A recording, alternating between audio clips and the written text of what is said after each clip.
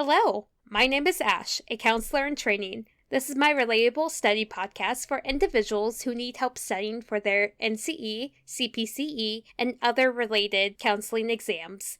I'm going to go through many questions from multiple resources and make the answers relatable to both you and me. So get your listening ears on and let's get studying.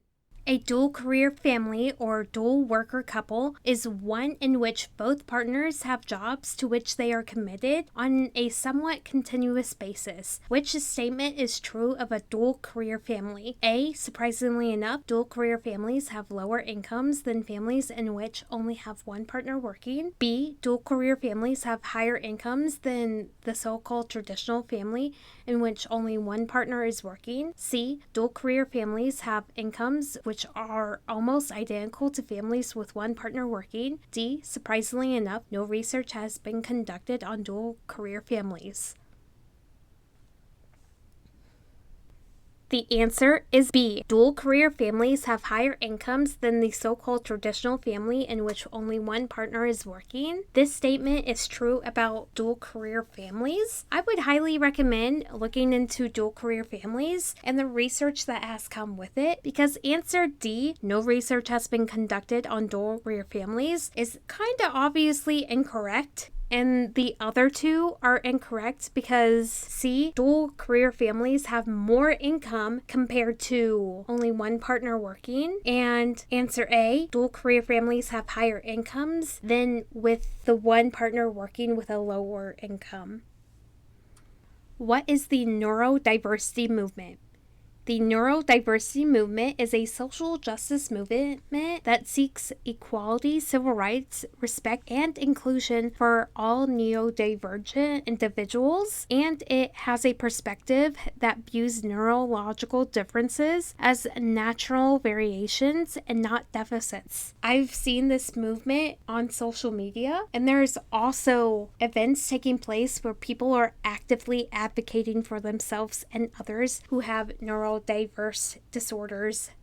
Which option below does not characterize the restrictive type of anorexia? A. Significantly low body mass index. B. Intense preoccupation with weight. C. Overuse of laxative drugs and enzymes. D. Excessive eating and dieting. The answer is C. The overuse of laxative drugs and enzymes is not characterized as the restrictive type of anorexia. I would recommend reviewing anorexia and other eating disorders in the DSM-5-TR as a refresher on what it is and how it affects a variety of individuals, because they focus on significantly low body mass index, intense preoccupation with weight, and excessive exercising and dieting. What are neuro-linguistical programs? NLP.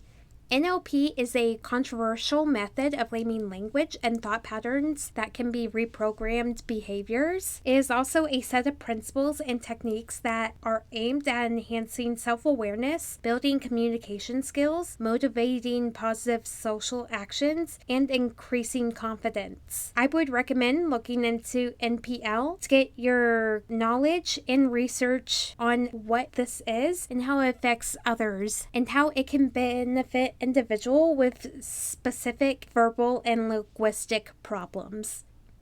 In the dual career family, partners seem to be more self-sufficient than in the traditional family. In a dual career household, the woman, A, generally has children before entering the workforce. B, rarely if ever has children. C, is not self-reliant. D, is typically secure in her career before she has children. The answer is D. In dual career households, the woman is typically secure in her career before she has children. I can attest to this as a woman. I want to be secure in my career in this modern day before I think about having children. And even with the conversations I have with my partner, we are thinking about adopting or fostering children, but we want to make sure that we have my career settled before we do so. That is all 5 questions for this episode. Thank you for listening. Keep calm and study on.